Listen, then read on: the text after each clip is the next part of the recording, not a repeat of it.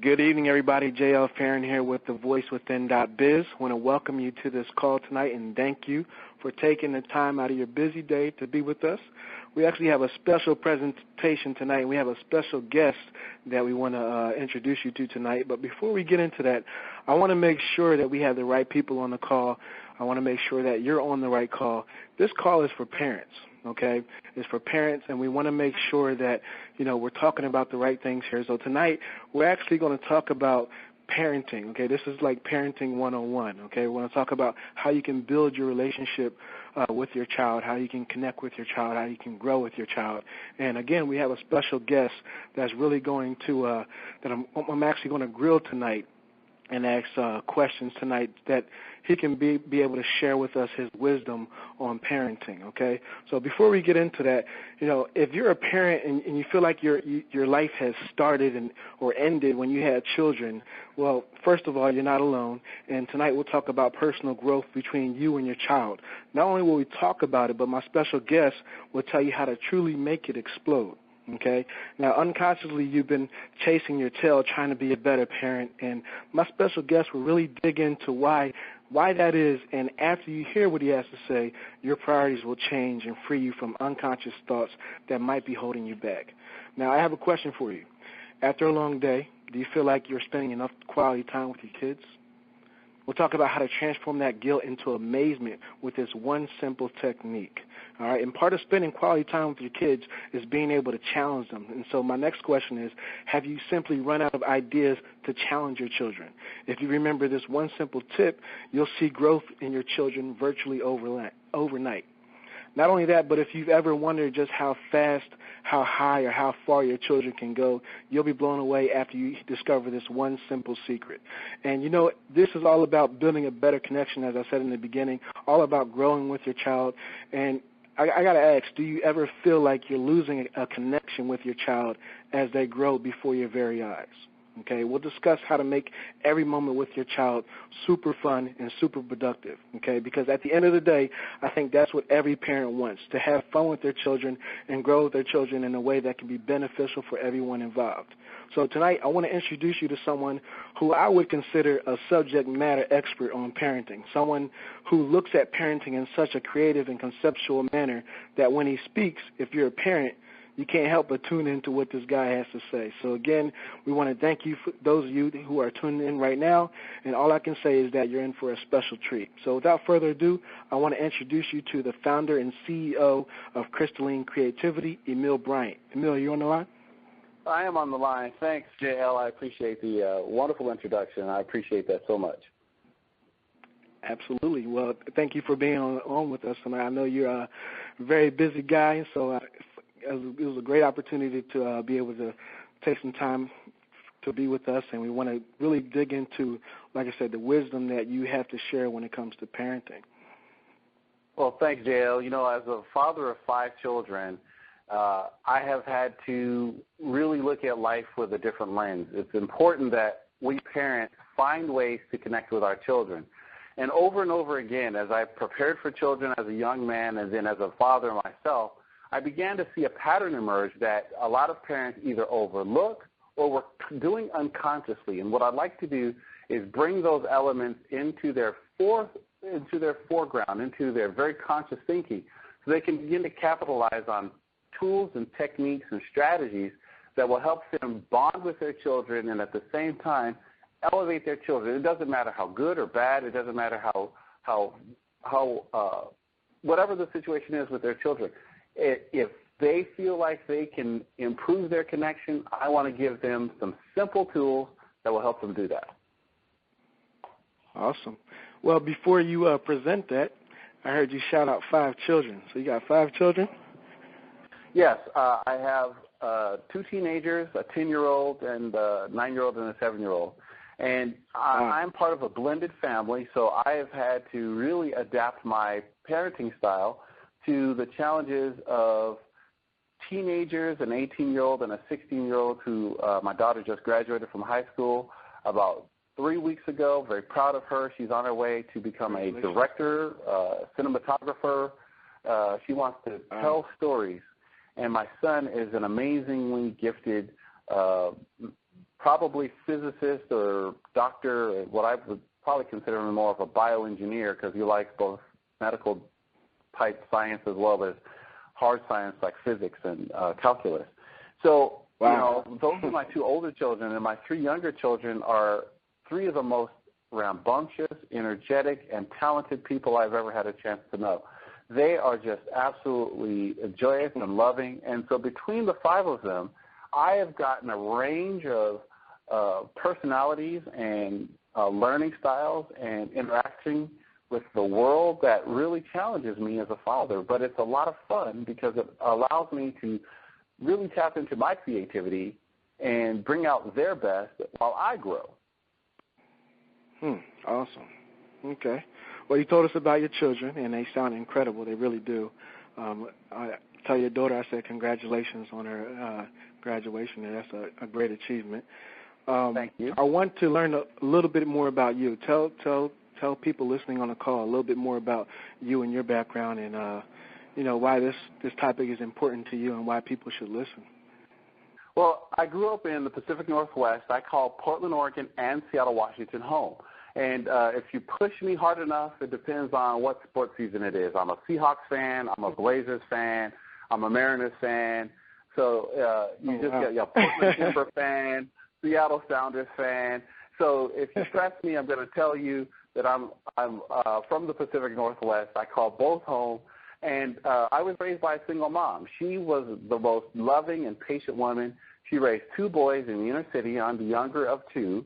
And my brother's a successful entrepreneur, and I served in the military for an entire career. So, I have great respect for my mother because she brought out the best in both me and my brother. So my background comes from a loving household, a giant extended family. My story is actually rather boring because all I had was love and discipline, and I was cherished and embraced by two big old families who never let me see the ugly side of life. It was always, I had a great life growing up. I complained not one bit for the love and support that I had from my entire extended family on both sides. Wow. Gotcha. Okay. All right, well, I appreciate that. And again, thank you for your service in the military.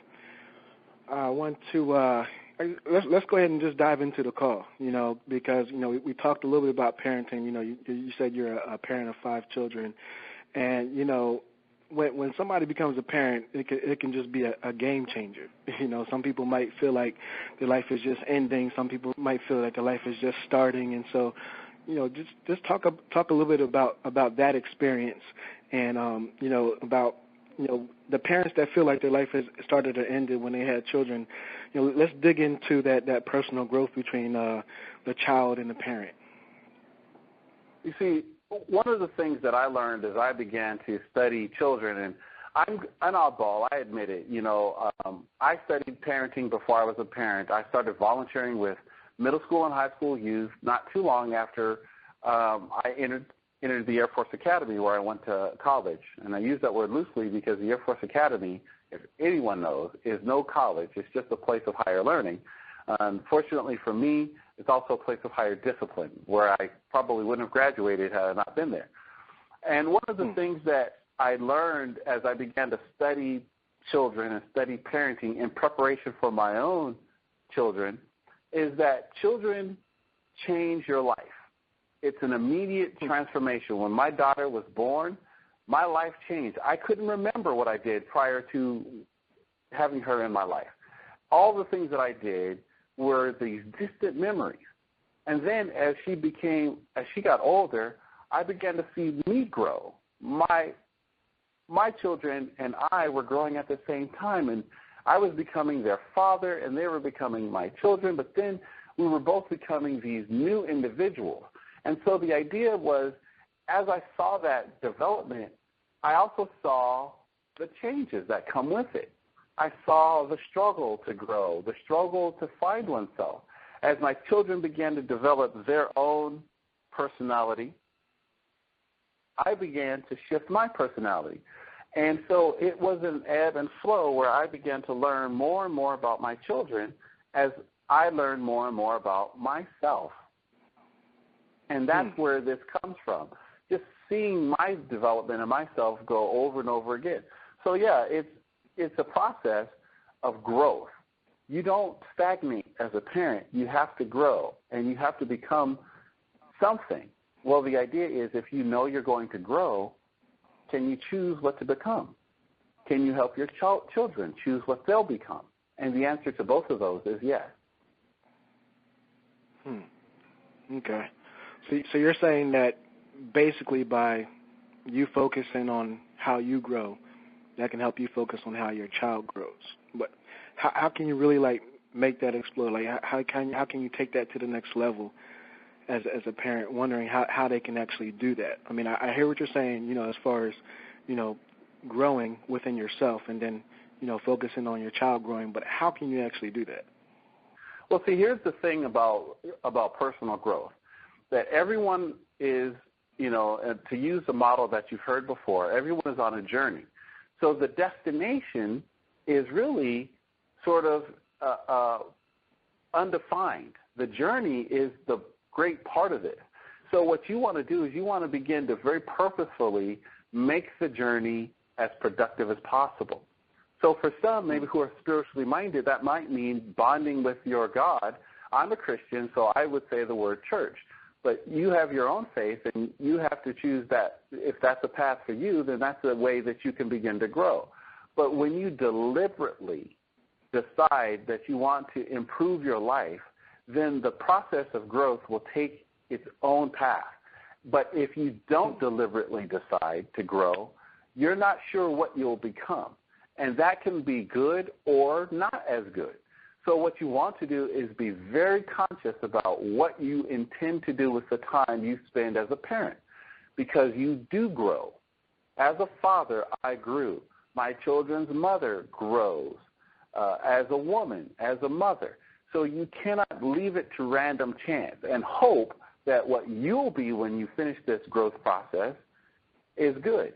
Why not be deliberate about it? And so when you ask me how, the how is very simply identifying that you want to be a better person in some way that appeals to you.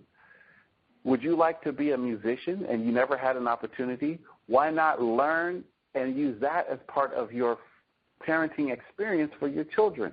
What a great way for them to see, to have a model of what a person can do simply by watching what you do. If you want to learn another language, why not learn another language with your child? If you want to travel, why not travel with your children? Do not hold back your personal growth because you're a parent. Integrate your children into your personal growth and let them help you grow as you help them. Gotcha. Okay.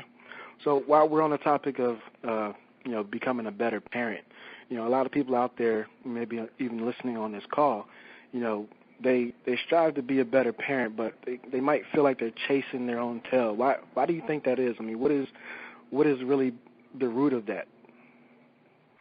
Well, a lot of times, and again, I'm coming out of the experience of someone who studied parenting as a young man and then became a parent. I was 25, not quite 25 when my daughter was born. I had just entered the Air Force active duty, so I have a very clear sense of where I was going. I had a new job, I had a new position, new family.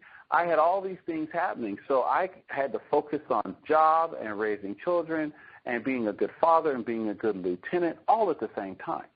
And when you get wrapped up into that, it can be sort of a rigmarole. You can sort of find yourself chasing your tail. And so what you need to do is you need to step back and you need to understand who you are and why you parent the way you do. In other words, it's time for you to be deliberate about parenting. What do you want out of the parenting experience? What do you want for your children? And here's the key. The thing that I learned that really changed how I saw parenting was I began to parent my children based on who they were and not based on who my parents were. A lot of parents fall into a trap of parenting their children based on what they didn't have. My mother didn't do this. My father didn't do that. I I didn't have these things. So they endeavored to give them children that which they did not have. I never really saw that from my mother, and I never really saw that from my grandparents. And I have such a large family that they all contributed. If you want to talk about a child of a village, trust me when I say the Bryants and the Deans of Portland, Oregon were my village. But one of the things they imparted to me as a village was a sense that they gave me what I needed to be my best. They didn't give me, especially my mother, they didn't give me something they didn't have. Oh, I never got a chance to blank, play soccer, go to Disney World, learn a language. What they did was they said, what does my son need? What does my son need to be his best? And then that's what they gave me. And believe me, I was so weird as a child, there's no possible way they could have parented me any other way. I read a lot. I wasn't a kid that went outdoors a whole lot. They called me the professor. They called me Mr. Fix-It. I would take things apart. I would read in a corner for hours. And if you don't know anything about the Pacific Northwest, it's not the sunniest place in the world. So reading is something you'll probably do. But I watched a lot of TV. I could quote commercials and shows. And so what they did was they said, we have this really odd child. So rather than making me into something they wanted me to be, they simply fed me the things that would make me a better person. So when they saw I read a lot, so I got the New World Encyclopedia circa 1979. And I read that thing almost cover to cover, A to Z. Wow. It wasn't because they didn't have it. It was because that's what they saw in me. So when you understand who you are, you begin to understand why you parent the way you do. Parents who are chasing their tail are a lot of times trying to fill a gap in their childhood instead of focusing on their children. And the idea isn't to let your life revolve around your children, but when you're trying to fill your children's needs, the first question you should ask is, what does my child need versus what didn't I have? See, if you want to go to Disney World as a parent, go. Have fun. Be a kid. I went to Disney World as an adult, and I'm bawling my eyes out as I'm watching Mickey Mouse and Donald Duck and Goofy, and I'm riding on roller coasters, and I'm having the time of my life. Oh, by the way, my children were there. But don't get it twisted. I was having fun because I had always wanted to go to Disney World since I was a little kid. So I went, and I took my kids with me, and they had the time of their life. There's a difference between doing something for yourself because you want it and doing something for your child because that's what they need to grow. Don't confuse the two. Give your child the best you can based on what they need, not based on what you didn't have as a child. Gotcha. Okay, so I hear you saying, give your child the best they can have based on what they need. Now, I know a lot of parents might, look at what their children need, and they might think about time. You know what I mean? After a long day, long busy day at work, then they might feel guilty about the fact that they're not spending enough quality time with their children. So, can we get into that a little bit as far as how to get rid of that guilt, or what's behind that guilt and how they can overcome it? Well, what's funny about being a parent is that it takes an investment of time. But because we're busy, some of us are two-parent households, both parents are working outside the home, two-parent households where one parent's working inside the household. There are these really difficult economic times that force people to make choices. But one of the things that cannot suffer is time with your children. So a lot of parents feel guilty because they're not doing enough, so they replace their guilt with something. Sometimes it's a material good or money or something like that. But let me tell you, if you really want to be amazed at what you can see in your child, watch your child, observe your child. Children are the most amazing people in the universe. I am constantly amazed, from babies to teenagers, by how children see the world. My 5 children interact with the world in a way that makes me just smile. And when I watch them and I just observe their behavior, they fascinate me. It doesn't take much, and this is the part that a lot of parents don't get. You don't have to do anything, but just watch your children. Spend time in their presence while they're being themselves. For parents of teenagers, I know this is hard. They want to close the door, want to listen to the music, they want to play on the computer, play the game. I know it's hard, but you have to find a way to observe your children. Not necessarily interact, just in the corner of your eye, listening to their conversation, watching, because they're going to amaze you almost every day. The children in my home amaze me. My son, 16 years old, he does some things that are so creative and so original. He loves his cell phone. He looks at it as a scientific tool for investigation. So one day I see him at the coin machine. You know, the coin machine at the supermarket where you put in a bucket full of coins and out they give you a credit, and it's like 95 cents on the dollar, and so you don't have to count your coins. So my son is in there, and he takes his phone, turns it upside down, and takes a picture of the mechanism inside the machine. And I said, wow. What the heck are you doing? And he said, I want to see what it looks like, and I can't look at it, so I'm using my phone to give me a better view. Are you kidding? So he's up, and I laughed so hard. I said, this is an amazing, a lot of parents would dismiss that as either weird or geeky or whatever, but to me, I was amazed at his use of the phone. So the phone became an extension of his eyes. When he can't look at a laser at the scanner at the supermarket, so what does he do? He turns his phone on, he turns it to camera mode, and he looks at the laser through the camera. He might ruin his camera on his phone, but I tell you what, he got a good look at the scanner. What an amazing way to use the phone. And, we parents sometimes are focused. He's always on the phone, or she's always talking, or he's always texting. Well, you know what? Sometimes if we just take 5 minutes out of our day to observe our children, you'd be amazed at what they'll teach you, what they'll show you, what kind of information you can gather from those 5 minutes. I was just blown away by my son. Okay, so what do you do with that information? I mean, you're observing your children, and I think that's a great tip that you just gave there. Just simply watch your children, even if it's 5 minutes out of the day. But what do you do with that information that you're gathering? I mean, what can you do with that? Well, see, this is the part where things get really cool as a parent. See, if you're observing your children, you can't help but begin to respond to what you see. So, I have 2 younger boys, and they are explorers supreme. These 2 young men, 9 and 7 years old, they see the world as a series of obstacles on an obstacle course. Every tree is to be climbed, and roads are to be run, grass is to be rolled in. They're literally exploring the universe using every one of their 5 senses. It's a beautiful thing to see. Now, I've observed them do this. So what do I do with that? You're asking a great question. What you do with it is you respond to them. You simply respond to them. If you see your children love to explore the universe using all 5 of their senses, they're very tactile. That means that they're tactile learners. That means that the best lessons they're going to learn are going to have some kind of touch or some kind of sensory experience associated with it. Give them that. Respond to that.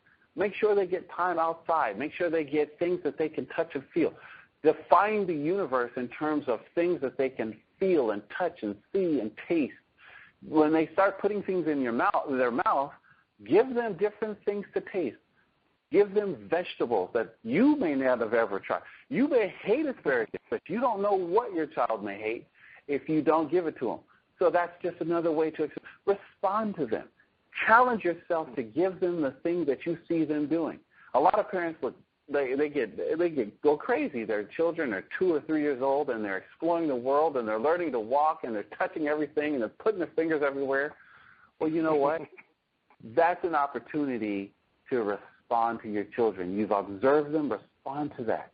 Don't look at them. Don't say no. Show them what yes means. Show them how they can touch something. They want to learn about electricity.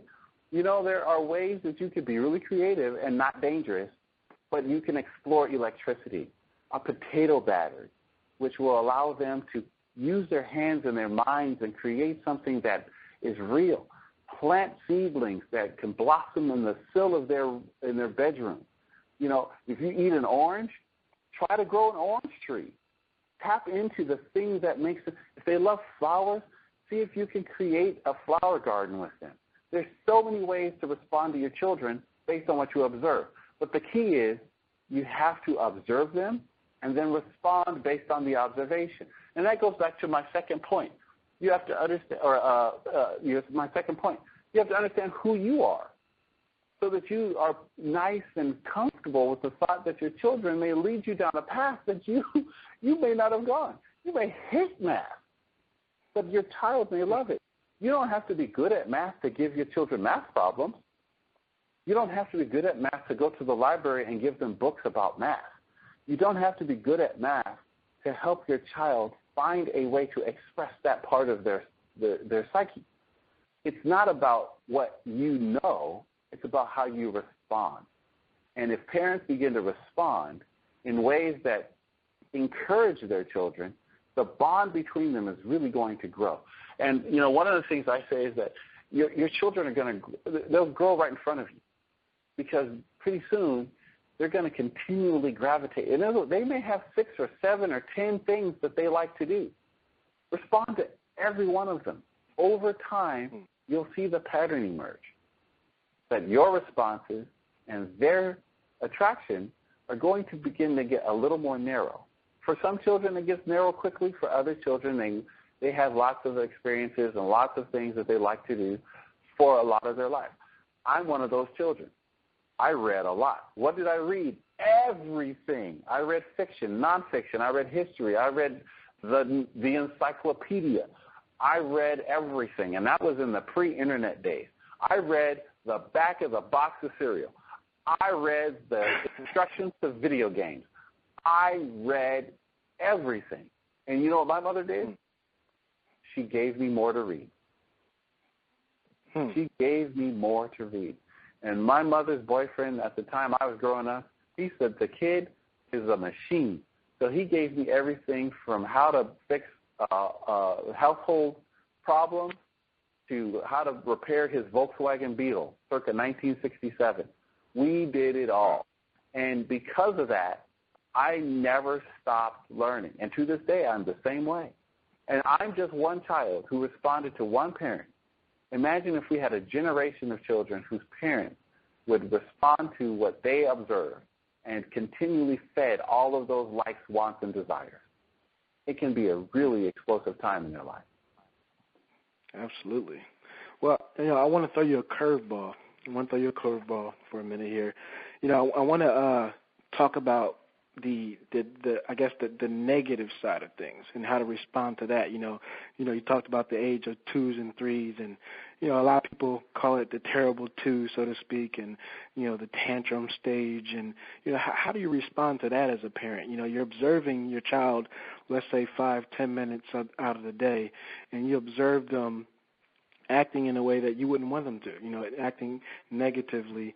Maybe they have an attitude, or they get aggressive. They might be hitting, when they're not supposed to be. They, like you said, throwing tantrums. And so how do you respond to that observation?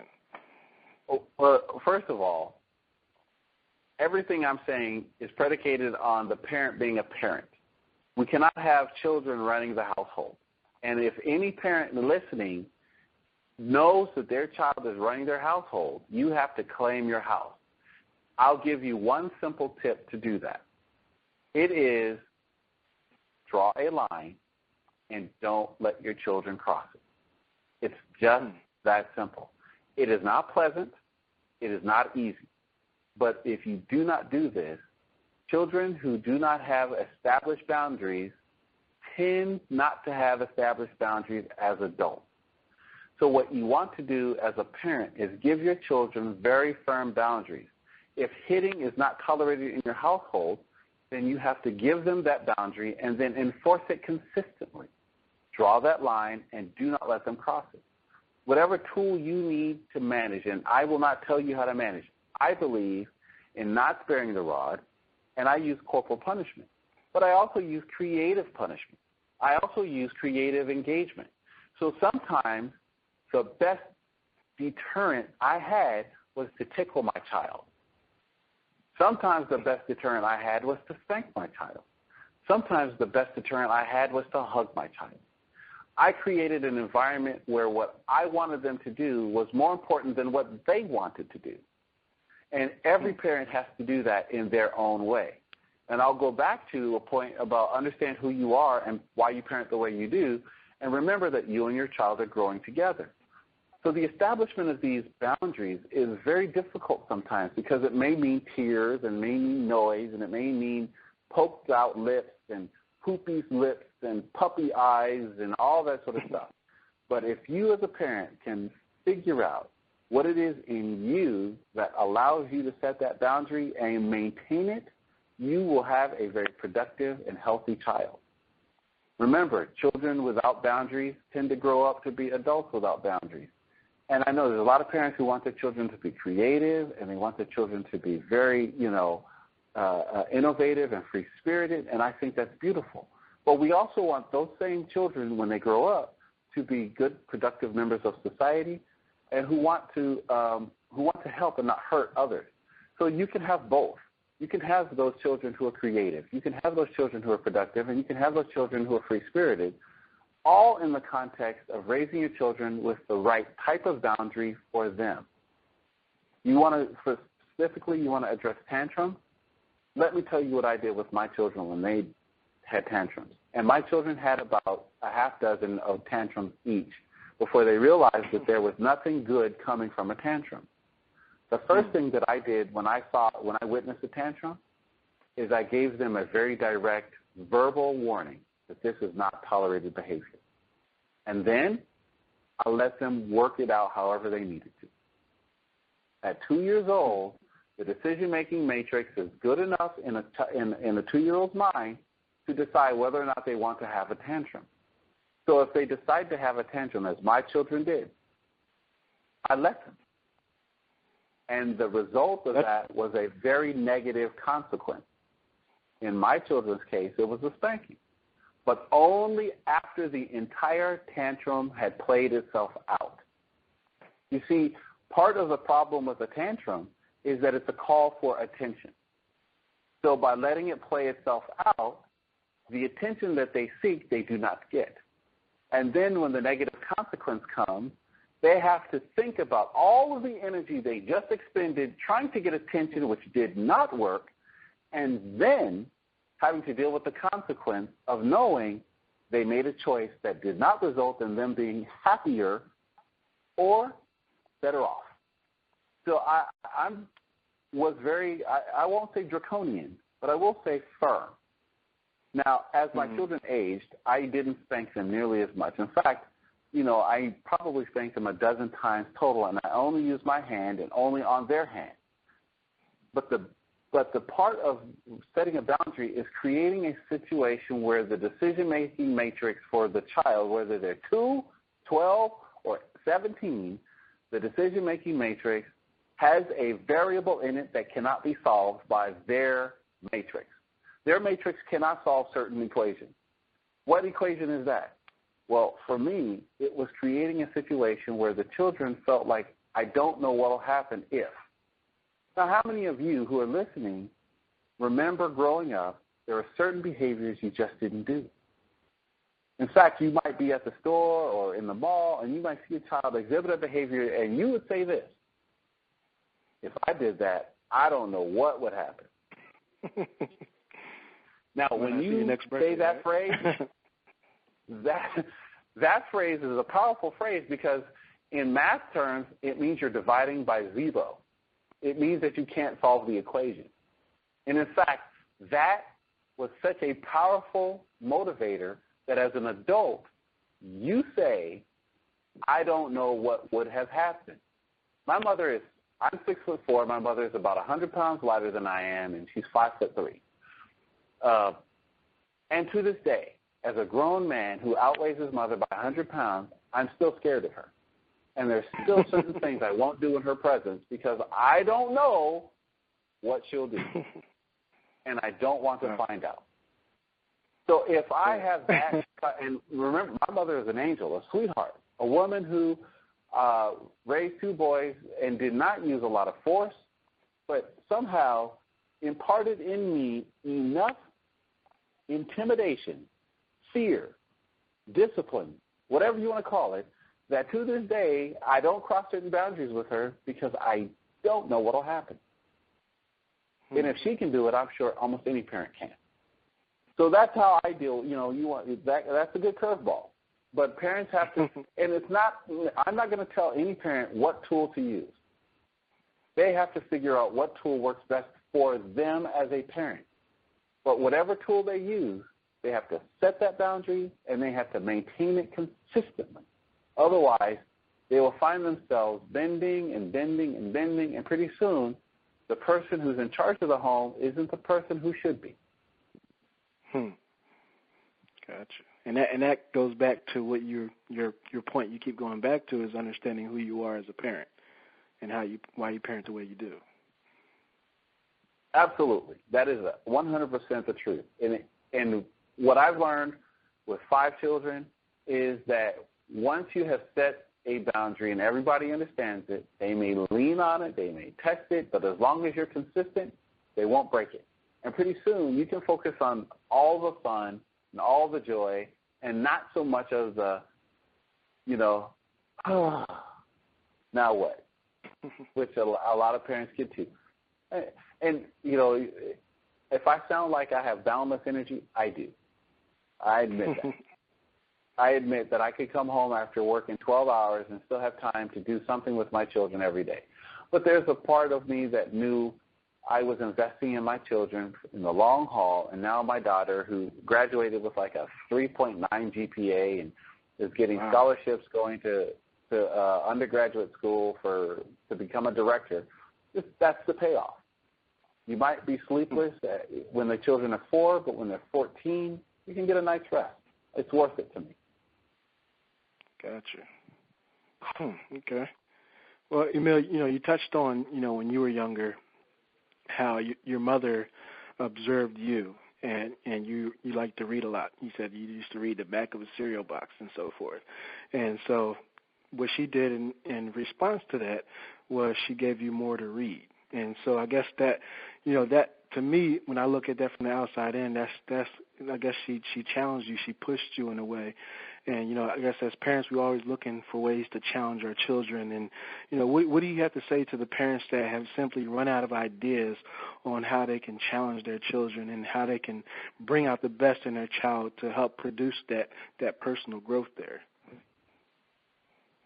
Don't overreach.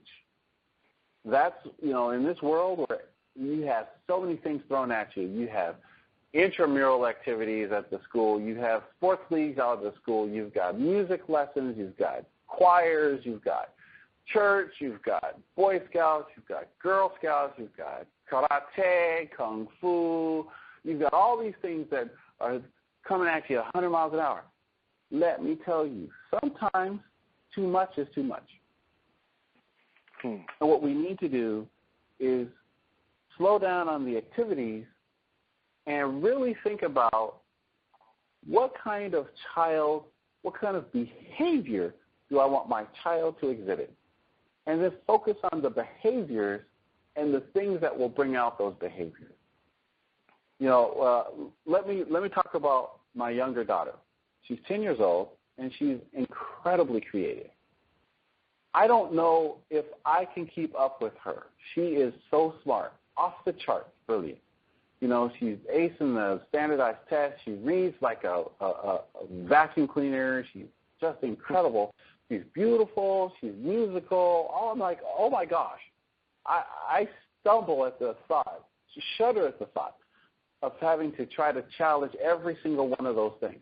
But what I can do is I can set very high but achievable goals for her in those areas where she exhibits talent, where she exhibits desire, where she exhibits great habits. I can challenge her to get an A in school.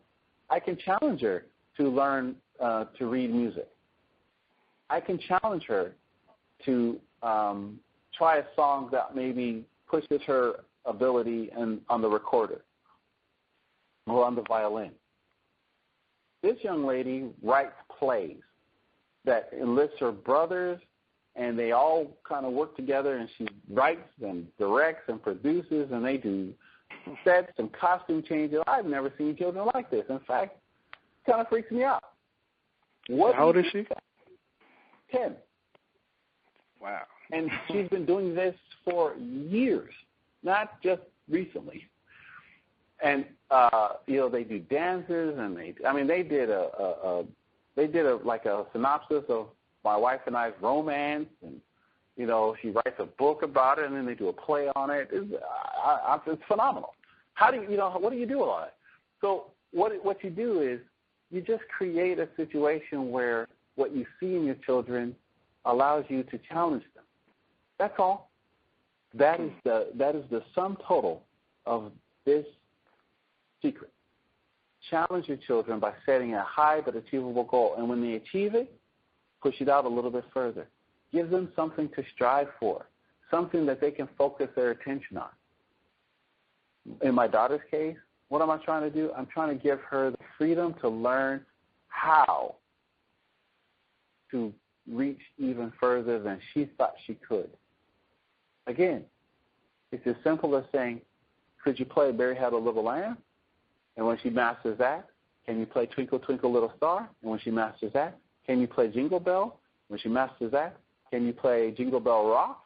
And when she masters that, and just continually encourage her just a little bit more. Pretty soon she'll be playing Bach and Rachmaninoff and all these really creative classical artists, or maybe she'll be playing some James Brown or some, I don't know what she'll be into. She may come up with a combination of Daft Punk and African Bambaataa. I couldn't tell you. But whatever the case is, because I see in her this creative side and she loves to play music, just giving her one more thing that gives her just a little bit harder, a little bit bigger, a little bit more. Never mind the activities. Never mind the formalized education and all those sorts of things. And believe me, my wife and I, we challenge our children to do well in school. We challenge our children to do their best in every subject. And where we see them struggle, where we see them not taking on the challenge, we motivate them by many means. But the idea that the children have talent that we can help them improve on by giving them high but achievable goals, encouraging them to achieve them, and praising them when they do, and then giving them another one. Not so that they feel like it's endless, but like, yeah, I can do it, yeah. And I have a saying, and it's a saying that I use across the spectrum of all of my life. Success breeds success. So no matter how small a success you get another one. Get another one. And pretty soon, success breeds success. Small successes become large successes, and large successes become life-changing successes. But you can't start without a start. So give your child something that they can do, but that makes them reach, and then just push that goal a little bit further out. Do it in as many ways as they exhibit talent, in as many ways as they exhibit joy, in as many ways. And yes, parent, if you're listening to me, I'm telling you, you're going to have to close your eyes, especially you moms out there. Sometimes that means you're going to have to tolerate watching your son or daughter climb a tree or get hit in the face in a martial art, or they may fall off their bike or off their skateboard. It may mean that they use up a lot of paper. When my older children were younger, I kept a ton of paper and crayons in the house, and they drew and drew and drew. Some things we kept, some things we didn't. Sometimes some parents don't want to throw away the things that their children create. And what I always say is, they'll make more. Because I'm actually going through that myself right now. my daughter is. Just remember, they'll make more. So keep a little bit, and the rest of it, let it go back to the recycle bin, and keep that art flowing, because success does breed success in every area of your life. There is no area of your life, no area of their life where one success cannot breed another. And what you'll find is, and you can go look up as many studies as you want, but you'll find that success in one area bleeds over into other areas. Success always breeds success. Give your children a chance to succeed. Stretch them out. Make them work at it. And when they get it, praise them. And if they miss, praise them anyway. Praise them for the effort. And help them figure out what they did wrong and get them back on track. And it doesn't matter where they are in life, no matter their age, no matter their condition, no matter their situation, no matter their talent. Success always and invariably breeds more success. Gotcha. Okay. Now, I heard you say two things that I want to point out. I mean, you said a lot of things. I want to say you said two things. You said a lot of things. But I want to point out two things that you just said regarding, pushing your child to that next level. And then you also said not going too far. And so I want to, I guess, there may be some parents wondering, how far, how high, how fast can my child really go? You know what I mean? They may not know what that limit is yet, but they know that their child can do better. They may be getting C's in schools and they know they can get B's, or they may be getting B's and they know they can get A's. And so I guess how can a parent really tap into their child and figure out, okay, what can they do, I guess, to push them to that next level and get them to go beyond their best? I'm going to give you 3 P's that work together: praise, privilege, and play. You see, the way I look at children is they need some combination of all 3 of those to prosper. You said praise, privilege, and play. Got it. You see, when your children are working toward the goals that you've helped them set, and you need to be the parent who sets the goal, but you can't do it in a vacuum. You can't say, I want my child to be a concert pianist, and their propensity is for climbing trees. That's not necessarily going to work for you or them.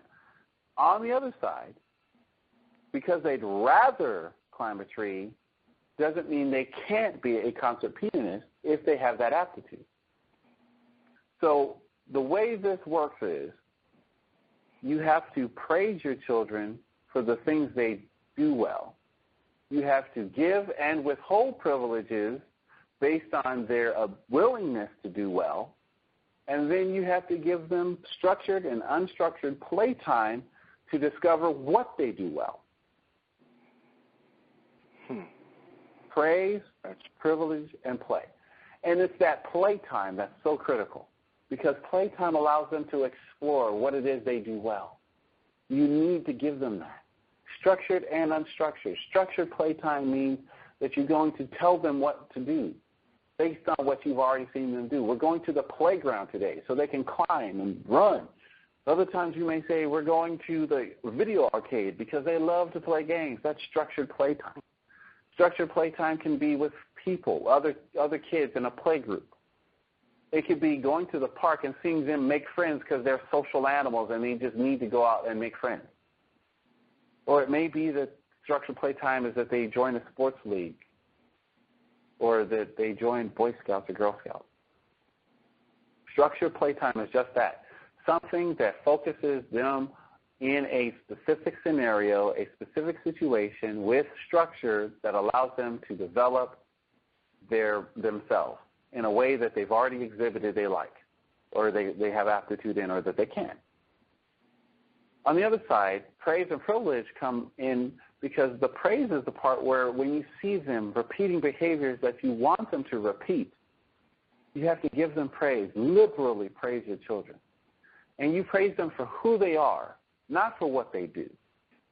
But you also want to encourage them to do the things that are good for them and good for you. Let's be honest, we're parents. We only have a limited amount of energy and time. So I don't want to spend part of my day punishing my children. And notice that's not one of the P's. I want to spend my time praising children. It is so much easier. It is so much less stressful for children to receive praise and for me to give it than it is for me to have to punish. And that's where privileges come in. See, privileges are these things that children get based on their behavior. And I'm telling you right now, they're carrots. You dangle a carrot in front of your child, you give them privileges. So in your household, are you giving privileges as if they were right? Or are you giving privileges deliberately? You see, my mother used to say, you know, if I was not listening well, that there would be a revocation of privilege. I grew up in the 80s. I'm a child of the 80s, so my first video game system was an Intellivision. I worked very hard to save up half the money it took to buy that. My mother matched it because she was a sweetheart, and although she was a single mom, she figured out how to pay for half of an Intellivision based on her son saving up enough money to do that. So at 13 years old, I had an Intellivision, and I had 2 games, one of which was Donkey Kong, that I played until the thing broke. But when I wasn't listening, when I wasn't doing the things I was asked to do, when I wasn't paying attention, you want to know what happened to that Donkey Kong? What happened to my Intellivision? It found its way into the bottom and back of her closet so fast, I wondered if, in fact, I even had an Intellivision the day prior. See, that privilege was taken from me. Wow. And I didn't like not having my Intellivision. I did not like missing a day of Donkey Kong. Are you kidding? Donkey Kong was the thing to play. And I played Space Battle and Space Armada and all these other games that I love to play on the Intellivision.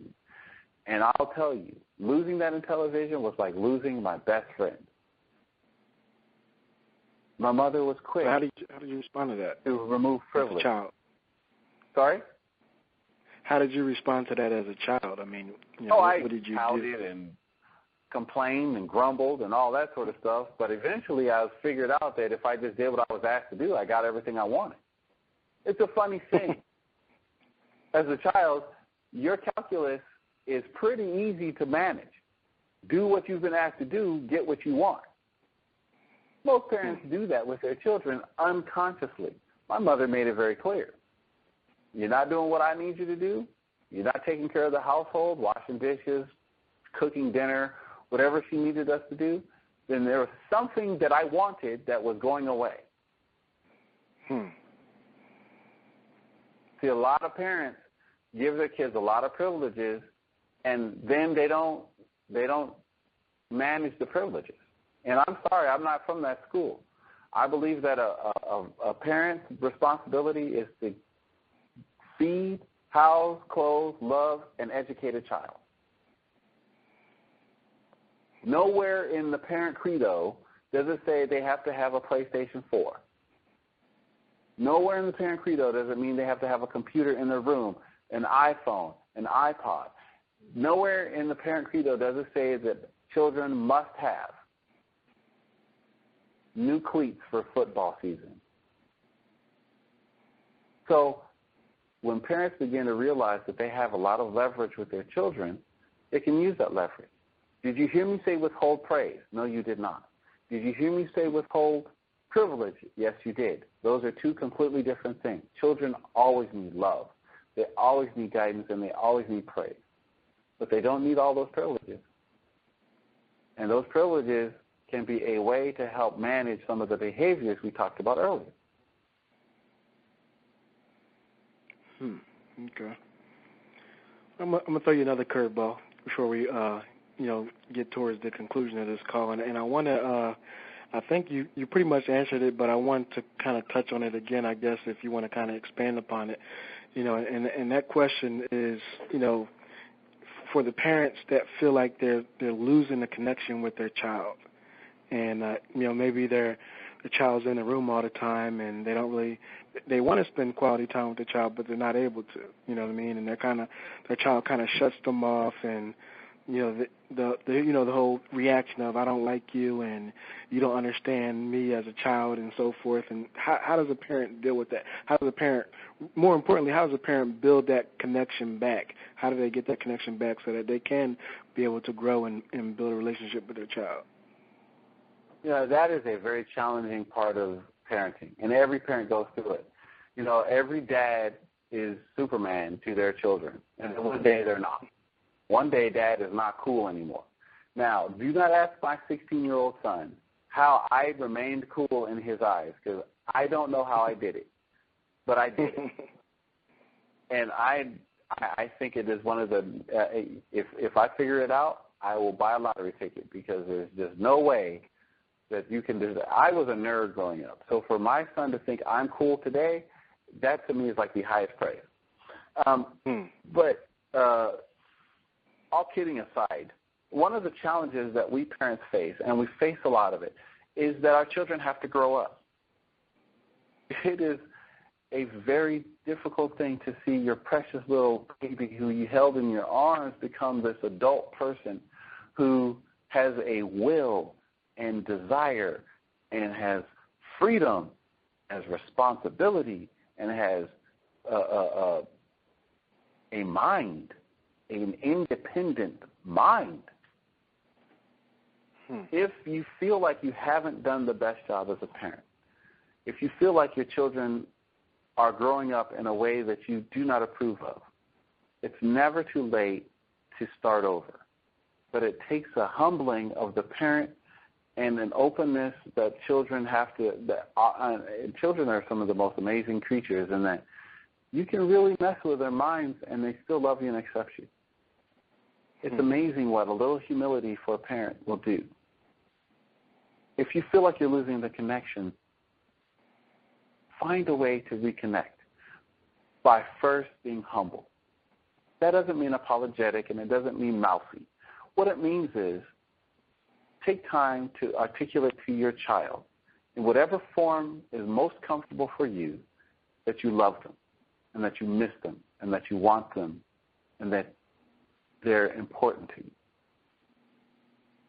You can't say, I'm losing my connection with my child, and then spend 12, 14 hours at work every day. In order for that connection to regrow, the parent has to be the initiator, and they have to be willing to find a way to unstick what clogs that relationship up. And it often is best served through humility. Again, let me reemphasize. It isn't about being a mouse or weak. It's about being strong enough to acknowledge that you as a parent have a desire to connect with your child in a greater, more important way, and that humility is the key. And some parents can't do it. Some parents are they come from a household where the parent was always right, and I as a parent am always right. But at the same time, I have to be able to say to my children, I love you. I miss you. If your children are younger, play dates work great. Spending one-on-one time with your child. Giving them a sense that they're the only person in the whole wide world. If your children are older, don't bribe them. Talk to them. Start simply. Sometimes if you can't have a verbal conversation, then do a one-way conversation. Leave a note for them. Send them an email or a text. And just say, I love you. I miss you. I want you. You're special. You're beautiful. You're important. And then open the door. I would love to talk to you later. I would love to hear about your day. I would love to hear about your friends. And persistence is the key. You won't get a response overnight. If you feel like you're losing your connection, then you have to persistently regrow that connection. And I will tell you this. Any plant that you want to save after it has gone through some trauma or has been transplanted or has been not watered properly, if there's still green there, it can be revitalized. It can grow again. But you have to tend to it over time. and you have to let it take its own path back to health. And a parent has to do the same thing. It has to be a patient, persistent process. Yelling and fighting are not going to cut it. Those tools may not work anymore. But persistent, patient love, and maybe I'm a bit of a romantic, but I believe love conquers all. I really do. And I believe that having seen so many different families come back together because of love, that it can be done. It's amazing what a loving touch on the shoulder, a hug, a kiss on the cheek, a high five. You know, if you men folk, that half hug handshake that we do, you know, sort of to give you some dap for a handshake, hug, even that awkward sort of whatever hand hug shake is, that may, can, over time, spark that revitalization of the relationship. I guarantee you it ain't easy. I guarantee you it's worth it.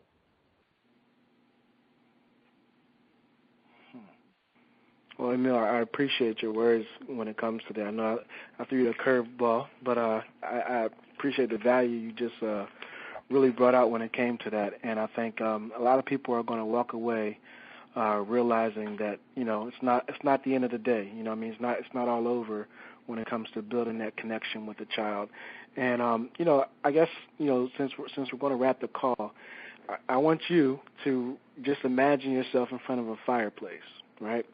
And you're speaking with the parent that's listening to this call, and they're about to leave your office or your house, whatever, and, you know, you want to give them, you know, your final thoughts, your last piece of advice. You know, we talked about a lot here today. We talked about, you know, really understanding how to grow with your child, and that starts with understanding who you are and why you parent the way you do. You also talked about observing your child, and then not only observing your child, but responding to your child based on what you observed. And then you discussed setting a high but achievable goal for every behavior that your child exhibits, which I thought was really incredible, and I'm actually going to be trying that very soon, as this call ends.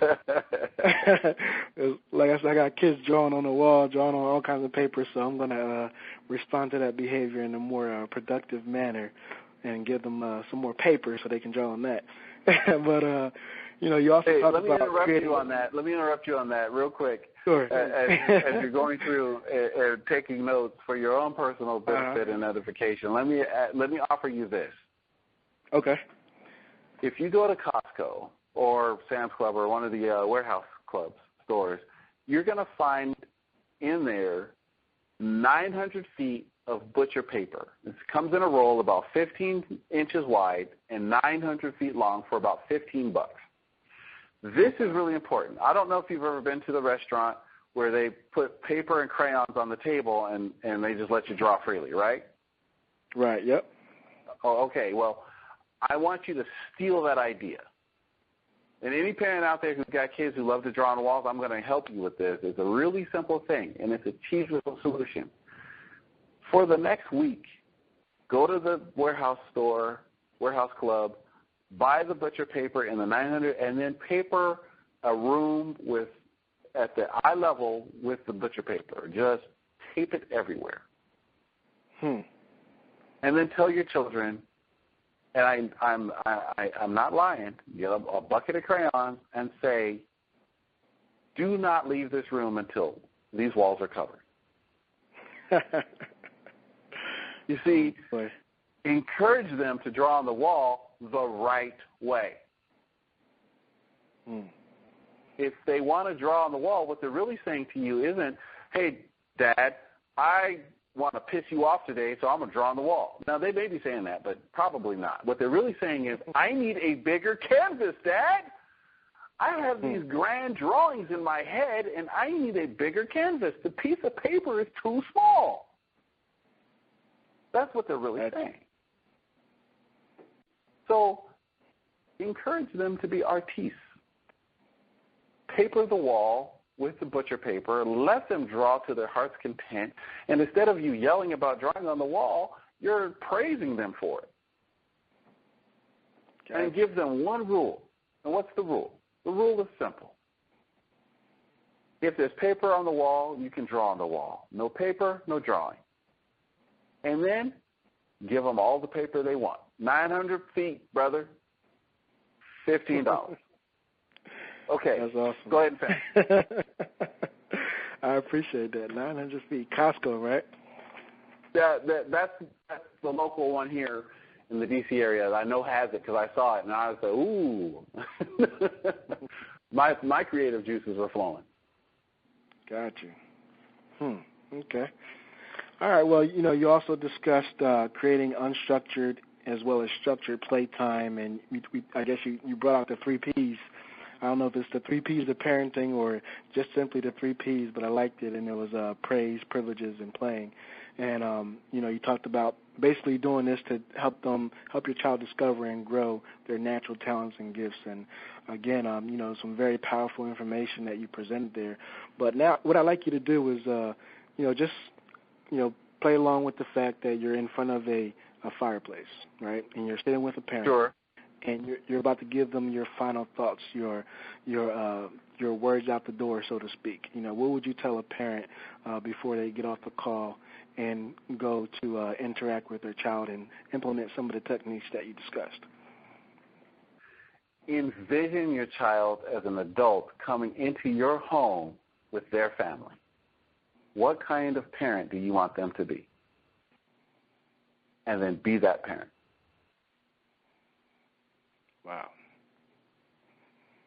Imagine your child coming home during the holidays, on the weekend, to the beach for a family vacation, and see them, envision them as a parent. I'm borrowing heavily from Stephen Covey in this respect. Begin with the end in mind. If you want your children to be great parents, when you close your eyes and you see what kind of parents they've become, and you smile at the thought of them being great parents, be that parent that you envision them to be. Be that kind of parent for them. And use these tools. Learn other ones. Find a way to be the parent you want your children to be. Because what you model for them, they will become. If you model good reading, they'll read. If you model good music, they'll be musical. If you model bad habits, they'll have bad habits. My encouragement to every parent is raise your children to be great adults. Don't raise children, raise young adults. They're children today, and that's the word we'll use. But you're not raising children. You're raising adults. So imagine them at their most creative and most prosperous and best self. Imagine the smile on their face. Imagine them hugging and kissing their children. Imagine them doing something phenomenal with their children. And then be the parent you want them to be. All right. Well, thank you very much, Emil. I appreciate you, again, taking time out of your busy night.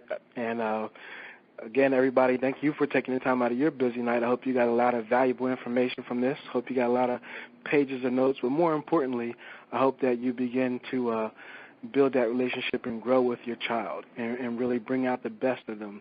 And like you said, understand who you are and why you parent the way you do.